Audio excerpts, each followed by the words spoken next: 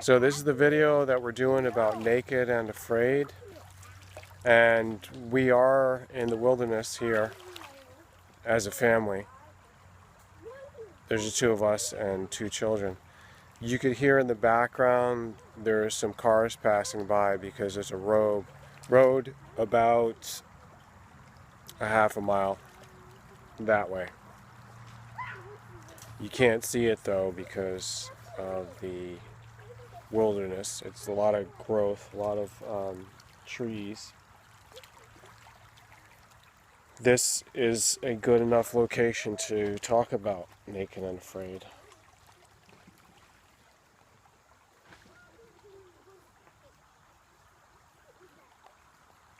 Now, what you just heard flying out of the trees were large birds that were feeding on a carcass. That's why they're hanging out in this area. But I don't think you want to see that. So what you want to see is us here. It's going to be a nice relaxing video. I'm probably going to do it in several different clips and I'm going to piece it together. But this is a reality style review of the show. Boy, there's a lot of mosquitoes out here. Alright, now what I want to say about Naked and Afraid, why I'm choosing it as a subject, that's because it's good entertainment. I think it could be better. So hopefully people can take this as constructive criticism. But I may make a few points that seem to be pretty harsh and severe. So take everything with a grain of salt. I'm going to say right now, just to put it into relativity, I've never done anything like the participants on the show are doing. No, I have not followed those conditions and parameters. Although I have personal experience that is comparable, such as being under harsh conditions and not eating, suffering that way, taking a vow of poverty while wandering around the land, the countryside. I have some similar experiences because I have spent prolonged time out in the wilderness. While I had food during those times, but I had to cook it, prepare it without a kitchen. So that's pretty much a camping experience, roughing it. I've also been alone in very remote areas of the world for extended periods of time. Okay, but as far as the naked part, I haven't done that. So we're going to talk about all these different aspects. You want to first talk about the naked part? She has a little bit more experience of the naked part. Well, I like to take my clothes off in nature. It's one reason I go to nature. But sometimes I think that it's harsh that these people have to get the ticks on them. Because when we camp in nature, we usually have like a yoga mat and a sleeping bag or a blanket to lay on. And we haven't always had a tent. Sometimes we just slept right on the ground and it was really beautiful. And I think that by the fact that they're doing it on the ground without any bedding is very extreme. It's something to imagine how much more harsh that would be of an experience. But then they also have something we haven't had, and that's a safety crew that probably has mechanisms to be able to protect these people should the wild animals attack. Okay, she's talking about when they call it tap out. When a participant wants to tap out, that means they've come to the decision that they're going to... If an emergency arose, such as a lion leapt out at someone, I think they probably have someone, they have like a little camp out crew that's right there in range to help out. with those. Yeah, I was just going to say that is their... You're saying that they are always well protected. Yeah, and I haven't dealt They're with always... lions myself. I only dealt with coyotes and mountain lions and bears. And having to have awareness with small children and always be on guard, and at times being alone as a mother in situations where I was the only parent to watch the children, and so I had to have extreme awareness. And I have my own methods that if you tune in and listen more to our videos, I could explain what my methods are of safety and awareness. A lot of that is yoga. So we're going to make a playlist with this one at the top of it, and then a bunch of videos which are actual examples, evidence of what we're talking about. But I want to go back to the idea that we are reviewing the show and not talking about our similar experiences. I want to review the show, just talk about the show. So first off, I want to say that I've watched... Man, I'm going to tell you right now, folks. There is an odor permeating this wilderness here. But listen, the cicadas, you hear the sounds of the wilderness. But I'm going to tell you, there is a fierce odor of that carcass that we saw. And it's just, you still smell it? I didn't get as close as you guys because you said you thought it might be a human, so I got kind of. Well, you never know, because I didn't see it first, and I checked it out. It wasn't a human remains, otherwise I wouldn't be here doing the video. It was an animal remains, a mammal. Fox, maybe? Was it larger than a fox? I think I'm making people curious. I'm going to have to show this later on in the video. I'm going to do a clip of that. But I wanted to say that because that's reality. We should have moved further. If you were on that show, though, you might have to look and say, "Can I make a tool with those bones?" Or would it even be worth it to mess with it? Now we're talking about... I don't know. We're comparing what we would do. But I just want to say, because I said it because it's so disturbing to me right now. I might even just want to stop the clip. This is like ridiculous. I mean, if you focus, this is bad. No, but let's talk about the show, which is good. I'm talking about this because you could say I'm a fan of the show, and at the same time, I'm a critic. I'm skeptical about all things, especially when it comes with TV and a big multi-million-dollar network, and how dishonest and shifty they can be when they do their entertainment. And people say, "Oh, that's ridiculous. It's just entertainment. You can do whatever. They can do whatever they want, and you watch it if you want, or if you don't, then ignore it." Yeah, that's true. That's true. But being a critic and being someone who's trying to raise the bar, someone who's trying to improve our culture, I do have a right and obligation, and this is the mission that we have. Am I being accurate? No, I just thought of an idea. Like, I bet if someone was to say, "Okay, I'll offer you this amount of money, being a large sum of money enough to be able to live off of for a good amount of time, for you and a few of your lady friends, maybe like, I don't know, 6 or 7 other friends, to go out into the wilderness naked and do something like this, in nature, like, we'll pay you for your own version of this type of show." But I would do it without the competition. I would do it without... I know how to get us a show, but I've never actually done it before. Probably with a little bit more of an approach of not trying to be so Hollywood. But here's the thing.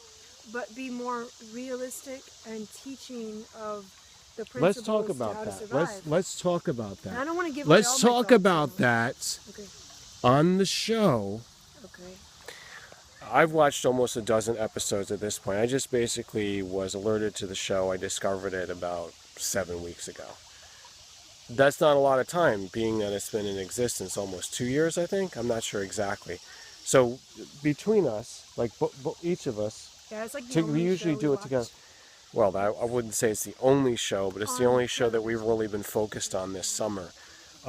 We had about a dozen shows we reviewed, and we also went to the website, the official website of the show that's connected with the Discovery Channel website. So that's not a lot, because they have probably 100 episodes, or I don't know, maybe they got 75 episodes. I'm not sure the exact number. But let's talk about the realistic rating that we give it, because you said you wanted to do a show that was more realistic. With Naked and Afraid, how realistic is it? Well, being that no one has gotten pounced by a lion yet,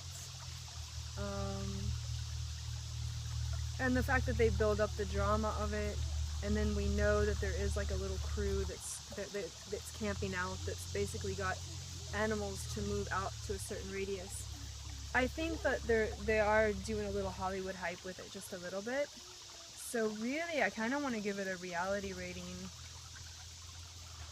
Like, are we going from 1 to 10? Like, 10 being very realistic? 1 being the highest. You do this backwards than No, everybody else. no. Say on a scale of 1 to 10, 1 being the best is closest to realism. Okay, because this man does his thing backwards. Just give the number. I can't, because your scale is different than everybody else's. See, we would have this argument on the show. Not the sharpest pencil in the We box. would argue about. I would give the show on a scale of 1 to 10, 1 being the highest and the closest to realism. I would give it a 4. Okay, I was going to give it Or a a 4. 3.5 with 10 being the highest. So let me reverse that, and I would have to say like a 7.5 or a 7 with... No, you'd be giving it a 6.5. Oh, 6 point. Okay. Right? You said 3.5? Yeah. Okay. So basically, I give it. So basically, you're giving it basically 3.5, that's about the same as what I'm giving it. That's about what you're okay. So we're on the Yeah, same just a page. little bit closer to realism that you're saying. So what you were suggesting is making a show that was like so realistic that would scale 1, like so high Yeah, and I for don't its really need realism the thought of, realism like, value. ripping people apart to Huh? watch it. It's not about thinking that people are going to get ripped apart with lions. Is why I want to watch it. You need if It's you're going to about allow someone to actually take that kind of a risk. Hold on a second. seeing Hold on. how people survive You're on being lions. ridiculous. If you produce something for TV, just saying that, do you realize how high priced your insurance is going to be to film that production? Right, that's true. You just gave it away. Now only insurance companies only have to watch this video and say, since she's one of the producers and the show's creator, we're going to charge her like $1 million a month just No, to I ensure just that said show, I because we don't know want one of the women on there is going to get eaten by a lion. But you weren't listening to me. I said that I don't need to be put in a situation or put people in a situation where there's a risk of being ripped apart with lions. Because reality is that you're not necessarily going to do that when you can choose something different. I would do a show actually based somewhere, I think we're digressing right now. I think we're digressing. a zone. I that think we're is digressing. comfortable to Let's my talk spirit. about the show. People have I'm not commented gonna jump in on the the water fact with that crocodiles. I mean, who does that? Crazy people. people have commented on the fact that it's a lot of drama. kind of like Yeah, this. too much drama in the There's a world. lot of drama Let's get real. in Naked and Afraid, and is that really what's going on? Because think about it. There's going to be what is so-called drama when you put two people together under very stressful conditions for an extended period of time. Very few people are able to keep their cool that long while they're cold and shivering, sleepless, and starving, and been bitten by all kinds of pests, and they're wondering how much farther they can go. It seems like endless. It just keeps going on. How many more days? They count the days. Well, they're probably told how many days just so they can stay on the calendar. You know, the crew checks in with them. And then, being that they're all frazzled, frustrated, totally aggravated, I mean, I'm not making excuses for them. I'm saying try going through what they are supposedly, purportedly going through. If it's a hoax, if they're really not going through that, then I hate the show. But they're presenting it as if people are going through that, So granted, if you go on that presumption, there's going to be drama, 100%. People could be at each other's throats. So I don't think that they purposely put drama in there. I don't think they stir up drama. I think it's going to happen no matter what. What do you say?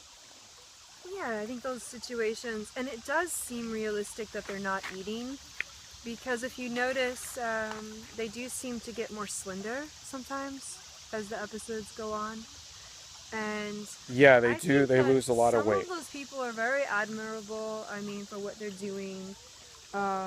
It's just that we, the viewer at home, also know that you got your safety crew there, so it's kind of like the lion thing. I thought was a little, at first, why I watched it. I thought, wow, these people are going to be out there with lions. I thought, I myself would never do that. I would not throw myself out there as lion's bait and risk that. Okay, let's go back to the subject that she keeps talking about. And by the way, I'm going to tell you something about my co-host here. A little bit of a I'm going to tell you something, that she is obsessed with her fear of bears. So I'm talking about the large furry. Grizzly bears, not just black bears. Black bears are pretty normal. Okay. Grizzly She's making qualifications, but I think she's afraid of all bears. And she talks about it almost definitely more than every other day. So now with the show, because of this thing that they did with lions, she's talking about lions. So let me just explain it in case you haven't seen it, and I'll basically see through their trickery, which, I mean, I thought it was like good entertainment, but, you know, I can't be fooled. And here's why. They always show the people at night trying to sleep, and usually once an episode, a person will wake up and say, there's something out there. You hear that? I hear them, but I can't see them. It's something really big. But you never see anything. Nothing ever comes to their camp, because I think 99% of the time they're going to have a fire going, if at all possible. And fire keeps away all animals, by the way. There's very few animals, if anything, will come around if there's a fire. I think the only exception is a moth. I just got a whiff again of that carcass. I don't know, I thought we went far enough away from it. No, see, the thing is, because it's so moist after all the rain, it puts more moisture in the air, so it carries smell quicker. As different, if it was a very arid environment with like totally dry air, you wouldn't smell things so far. When it's moist, it carries the smell, and it sticks in your olfactory organs. So here's the thing about the lions. Not only that you hear this in Naked and Afraid when they're trying to sleep, but you always seem to hear this during the day. They'll put in a sound effect, but especially what you'll see happening, they'll throw in a 1 or 2 second clip of a lion sitting there in some plant growth, Licking its lips. and because the current episode or series is a 40-day jaunt with a large group in some area of South Africa. It's a pretty big country, South Africa, and they've got this not the Serengeti exactly, but something similar to it, and there's lions out there. I don't know how many lions. But I'm going to tell you right now what I think is very suggestive and subliminal. Because the editors of Naked and Afraid will put the lion in there. And you never see them with a lion, though. You never see the lion come down like in the same scene, in the same shot. You never see that. And you're never going to see that. And I'll tell you why I think that is. It's because the crew, who has jeeps, trucks, guns, tracking devices, they'll never allow something like a lion or hyenas or leopards, And why don't we, for a moment, cheetahs, to come over there. if I may say something? But they will allow anything smaller or anything that's a In non-manhunter. we've created this thing called, well, I don't know we, because I don't remember being one of the first Americans, but Come closer. I'm here in this lifetime. Somehow I ended up here. The aliens dropped me down. And they made this thing called Hollywood. It's got all this money that people shovel into it, and then they spit back out something. So this is what we want to imagine in Africa. People camping with the lions.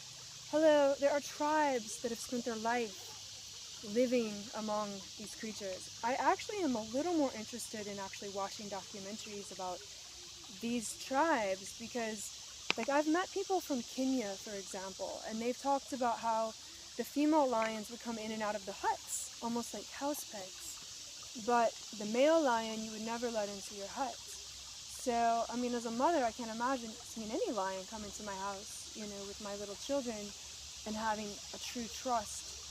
Exactly, you know, I can imagine just as a grown individual. By the way, experiencing. you never let a rattlesnake go into your house. That's right. I have video of you guys. When I wasn't there, they collected video and I uploaded it. They killed a rattlesnake going into their dwelling. I had to outweigh the risk and decided that because that rattlesnake kept returning and was adamant on getting in, that the rattlesnake would have to be killed in order to...